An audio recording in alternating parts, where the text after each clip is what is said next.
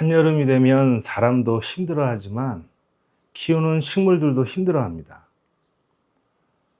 우리나라 여름은 열대성 식물에게 더없이 좋을 것 같지만 결코 좋은 환경은 아니거든요. 한여름에 힘들어하는 식물들은 이런저런 방법으로 구조 신호를 보내고 있는데 우리는 그 신호를 빨리 알아채고 환경을 개선해 주던가 아니면 우선순위로 예방을 해주는 게 가장 좋겠죠. 그럼 한여름 낮 기온이 가장 높은 곳, 식물이 힘들어하는 장소는 어디가 있을까요? 40도에서 50도를 육박하는 곳. 제 생각으로는 분리된 베란다가 있겠죠. 그렇다면 온도가 너무 높은 장소에서 식물은 어떤 현상을 보이고 왜 그런지 이유에 대해서 알아볼게요. 첫 번째 신호, 이전 잎보다 새 잎이 점점 작아집니다. 식물은 무더워지면 몸속 수분을 지키기 위해서 기공을 닫기 시작하거든요. 왜냐하면 잎에서 나가는 물의 양이 뿌리가 공급하는 양보다 많아질 수 있기 때문이에요. 뿌리는 시간당 물을 100을 올려주는데 잎은 시간당 200을 날려버리는 상황이 되는 거죠. 식물 입장에서는 이대로 가다 보면 탈수로 죽을 수 있다고 판단하고 기공을 닫아버리게 되는 거예요. 이렇게 기공을 닫으면 광합성에 필요한 이산화탄소가 들어오지 못하게 되는 거죠.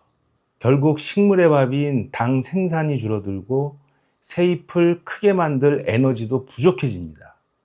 이런 상태를 광합성 저하라고 해요. 두 번째 신호, 잎끝이 마릅니다. 왜 그럴까요? 뿌리에서 물과 양분을 끌어올리는 엔진 역할을 해야 하는데 증산작용이 줄어들면서 뿌리에서 올라오는 물의 흐름이 원활해지지 않는 거예요. 특히 이동 속도가 느린 칼슘이 문제가 되죠. 질소처럼 식물체 안에서 자유롭게 이동하는 양분이 아니라 증산 호흡을 타고 이동해야 하는데 증산이 둔해지면서 칼슘 이동도 함께 둔해집니다. 그렇다면 가장 먼저 피해를 보는 곳이 어디일까요? 식물에서 가장 약하고 어린 조직의 새잎, 그리고 뿌리로부터 가장 먼 곳인 잎끝, 생장점입니다. 이걸 증산작용 저하라고 하고 있고요.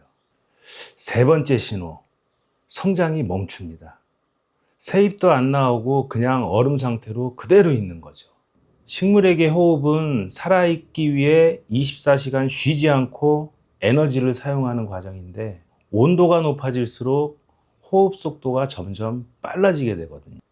쉽게 말하면 빨아들이는 양분은 작은데 연료만 펑펑 쓰는 최악의 적자 상황이 발생하는 거죠.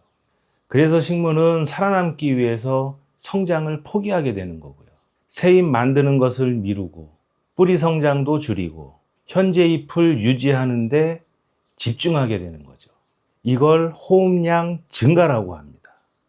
정리하면 새잎이 작아지는 건 광합성 저하, 잎끝이 타는 건 증산작용 저하, 그리고 성장이 멈췄다면 호흡량 증가를 의심해 볼 수 있습니다. 이쯤에서 이런 생각을 하실 수 있어요. 온실을 가보면 정말 덥잖아요. 비닐하우스도 마찬가지고요. 그런데 식물은 아주 잘 자라고 있어요. 우리 집 베란다보다 더 더운데 왜 그럴까요? 그 정답은 공기의 흐름에 있습니다.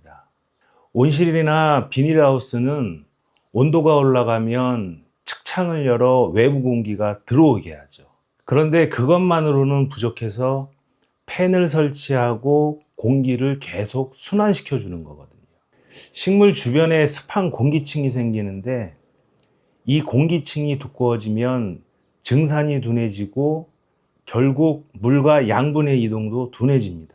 그래서 온실에서는 생각보다 통풍에 많은 신경을 쓰고 있어요. 결국 식물을 힘들게 하는 건 온도 하나의 문제가 아니라 높은 온도와 정체된 공기입니다. 어떠세요? 여름철 식물이 보내는 구조신호 이제 확실히 아시겠죠? 비료나 물을 더 주는 것보다 창문을 조금 더 열어주고 선풍기 바람을 살짝 더해주는 것, 그것이 여름철 식물을 살리는 강력한 보약입니다.